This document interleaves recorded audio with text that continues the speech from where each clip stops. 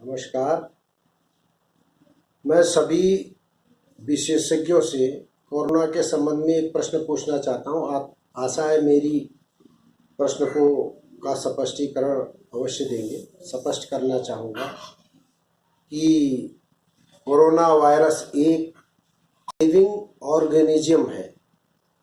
ये एक ऐसा जीव है जो सांस भी लेता है, और जब यह किसी व्यक्ति पर असर करता है और उस व्यक्ति की जैसे मृत्यु हो जाती है, तो जब वो उस व्यक्ति की मृत्यु हो जाती है तो उसका खून पानी हो जाता है। उस कोरोना की जो जीव है उसको उसके अंदर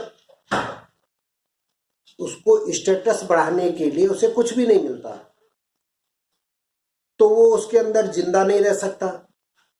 तो जब जिंदा हो सकता है वो कुछ घंटे तक रहे, कुछ मिनट तक रहे जीवित, लेकिन उसके बाद जब उसको खुराक नहीं मिलेगी तो वो मर जाएगा।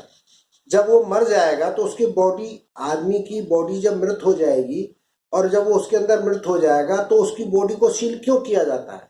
वो क्या असर करेगा किसी पे जब वो समाप्त हो गया? नंबर एक।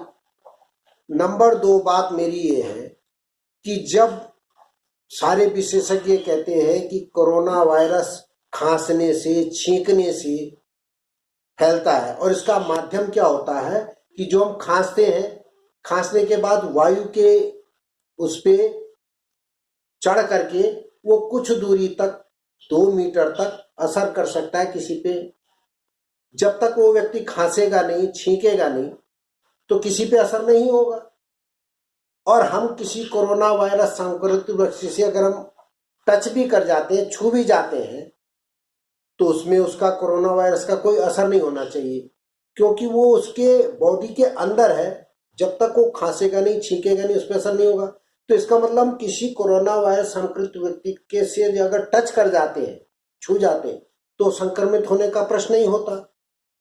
तो क्यों बॉडी को सील किया जाता है, क्यों उसके परिजनों को नहीं दिया जाता है? जब वो बॉडी खत्म हो गई है, उसके अंदर कुछ देर बाद कोरोना वायरस जीवित ही नहीं रह सकता, क्योंकि वो जीव है। जीव को कुछ खुराक चाहिए, जो उसको खुराक नहीं है, क्योंकि मनुष्य का जो खून है वो पानी हो जाता है, उसे कुछ नहीं मिलेगा तो जीवित नहीं रहेगा, तो बॉडी में उसके रहने का कोई मतलब ही नहीं होता। तो मैं ये सभी विशेषज्ञों से अपनी ये जो 2 शंकाएं हैं कि क्या वो उसके बॉडी में कितनी देर तक जीवित रहता है, तो जब वो मर जाता है तो उसकी बॉडी क्यों नहीं उनको, उनके परिजनों को खुला करके दी जाती? नंबर 1। नंबर 2, जब उस कोरोना वायरस का माध्यम हवा है, जब छींकता आदमी, खांसता है, तभी वो दूसरे पे संक्रमित होता है। तो उस आदमी के साथ यदि वो खड़ा हो जाए, टच कर जाए, वो कर जाए, तो वो संक्रमित नहीं होना चाहिए।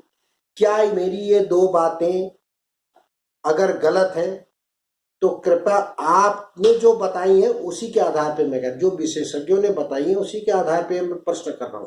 तो कृपया निवेदन है कि मेरे इस प्रश्न को स्पष्ट करने की कृपा करें। धन्यवाद। जय हिंद, जय भारत।